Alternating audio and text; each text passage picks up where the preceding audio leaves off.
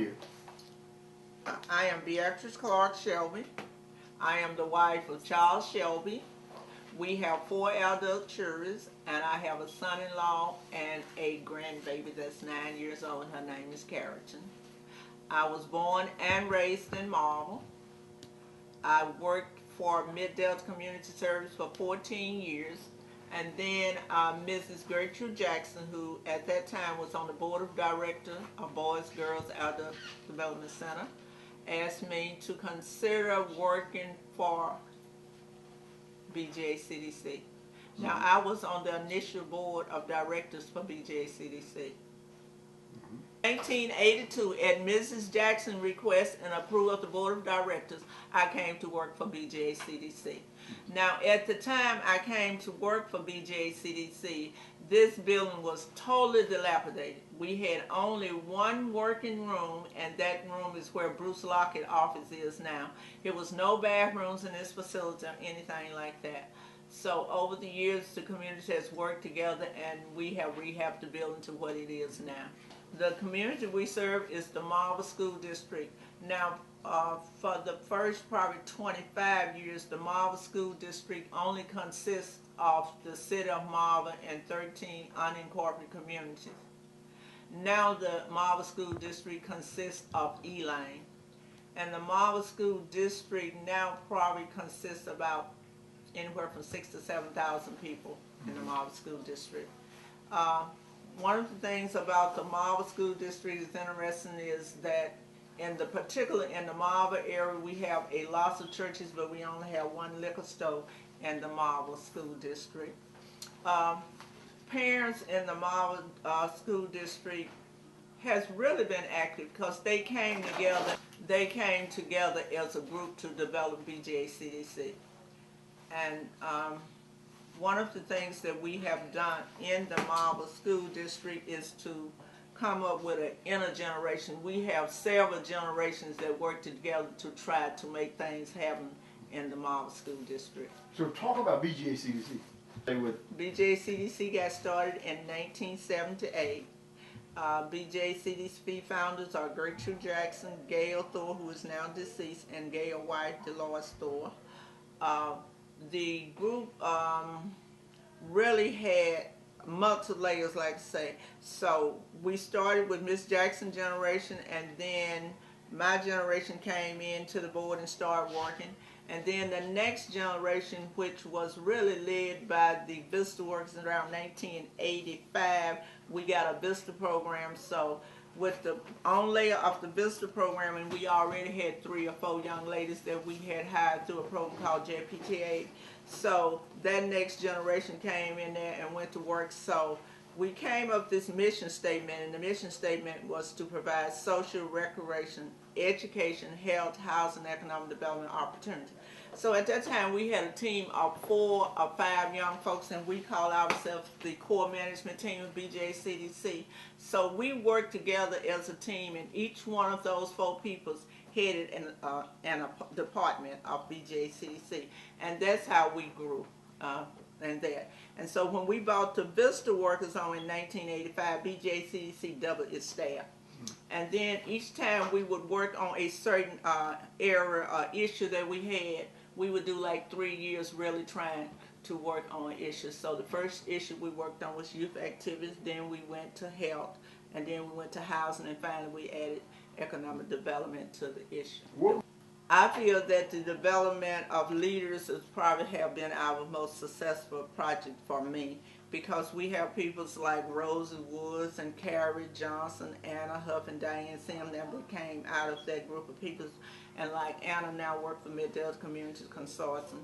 Rosie Woods now is on the school board and works for the city of Marble. And so we feel that leadership development is probably most successful. But the thing about it, when we ask the community what is the most successful project, most of them think it's either the BFT restaurant or housing. Now with housing, we have a 39-unit housing complex, and we have 19 other units of community housing. One of the projects that we continue to work on is called a 12-block initiative, and it's located over in the east end of Marble, where it was predominantly black well, it's still predominantly black over in that area. And the old Tate school is located in that area. So we feel that that project is very successful. And then we have our summer day camp project that we started in 1986, and we consider that project successful.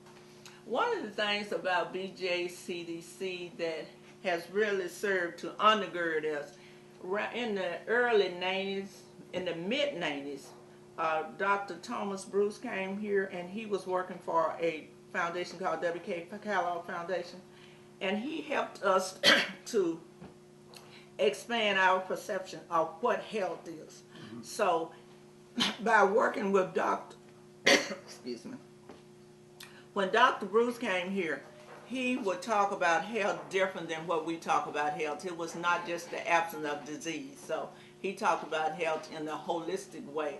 So BGACDC at that time started looking at what Dr. Bruce was saying about health. And we talked with Dr. Bruce, and in the process he funded what we call the holistic approach to providing human service. And not only did he help us to fund health issues and help us to provide recreation and other things for our children, he actually had the foundation to fund a housing initiative for us. Mm-hmm. And we did a build and trade program that we talk about often. That was very successful. Mm-hmm. And then we came, and Dr. Bruce, when he started working with the College of Public Health, that concept came. We just automatically sort of fell in there because we was talking about the same kind of issues that he was talking about, and we wanted to have a healthy community, a safe and healthy community. So we partnered with a lot of organizations. We partnered over the years. We have partnered with Mid-Delta Community Services. It's a community action agency. We have partnered with the Marble Public Schools for years. The city of Marble helped us to do our summer day camp in 1986. The interesting thing about the summer day camp, at the time that we first applied to become a summer day camp and operate food service program, they did not allow nonprofits at that time. So the city actually applied for the program and the summer feeding program, and BGACDC was able to operate that program. That's how we got our first summer feeding program in 1986. And we also partnered with Arkansas Human Development Corporation. We partnered with Arkansas Human Development Corporation, and then we partnered with a group called Marvin Nairi. We partnered with USDA, FDA. So we partnered with a lot of organizations in order to carry out our goal. We get most of our work done through networking, partnering, collaboration. We do not have the resources to do it by ourselves, so we do most of our work. And our latest initiative to try to do something together in the Marble community, we have 6 or 7 groups that have come together to try to do the old Tate Tate School. So that's the predominant black school in the 60s. So we have a Mid-Delta Community Consortium is at the table to try to help do that group. Marvin Nairi, the Bethlehem District, the Alliance of Concerned Citizens, and his Eastern Star group and a Mason group. So we have all come together to try to do that. The College of Public Health has been a very productive relationship for BGACDC. And one of the things about the relationship with the College of Public Health, it has helped us to build on that holistic approach to providing human service, because we know that with the College of Public Health, we have information that help us deal with housing when we talk about asthma and things like that to deal. So the College of Public Health has been a part of that. And when we talk about providing service to individuals, we are exposed to other partners that the College of Public Health have.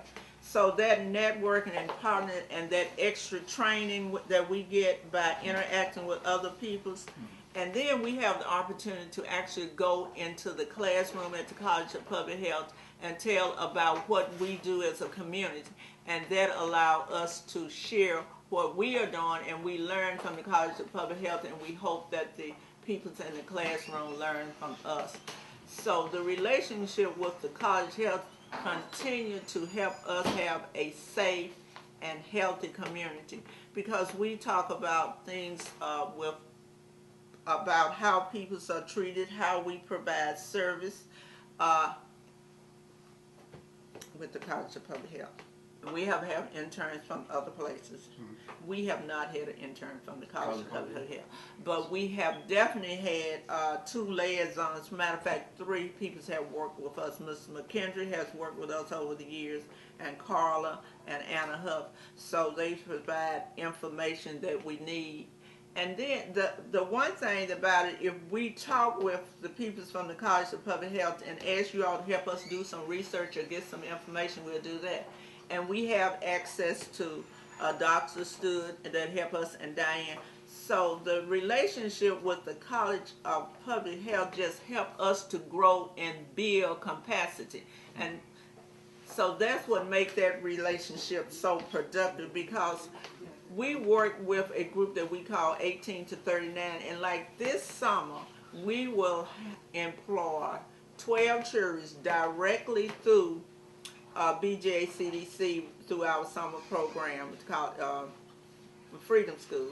And then we're going to employ 10 juries through the county, and we will employ another 10 in relationship with a program we have with Arkansas Human Development Corporation. But when we talk about the things about the College of Public Health, and we talk about diabetes and all those things that we talk about, those 32 young people have directly benefited from our relationship with the College of Public Health. And then when we go on the internet and Carla keeps sending us information, we share that information with our young folks. So when we talk about health, the College of Public Health just have an inroad in there. And one of the things that I just was reading about is the minority health, and that's one of our relationship with the College of Public Health helps with that minority health relationship, because we have Dr. Nash there. So it's just a relationship building, and it just flow over into the community to help build capacity. Because that information about what make us healthy, we continue to get that information from the College of Public Health. BGACDC been operating for 32 years. 33 years. Mm-hmm. And you've learned some things that you can teach others. We have definitely taught others some things, and we so will. What would you say the greatest lesson you're in a position to teach the College of Public Health, other institutions? That we do not know everything, and we need to respect what other folks know also, that we just have to respect each other and embrace their creativity, that we have to learn. The greatest lesson is we have to learn from each other.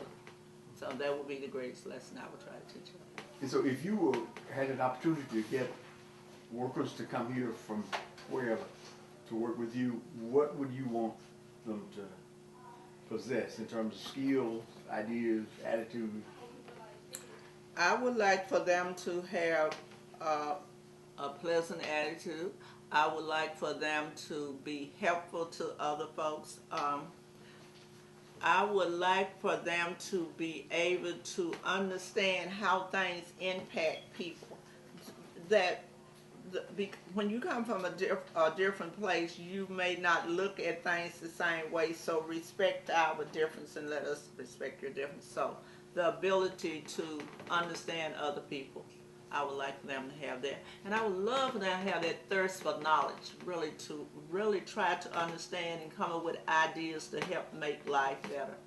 There's a phrase says that small minds talk about people, average minds talk about events, and great minds talk about ideas. I would just love for them to have ideas that we could talk and share, and learn to just disagree and then come back and try to solve the problem. I would like for folks to do that.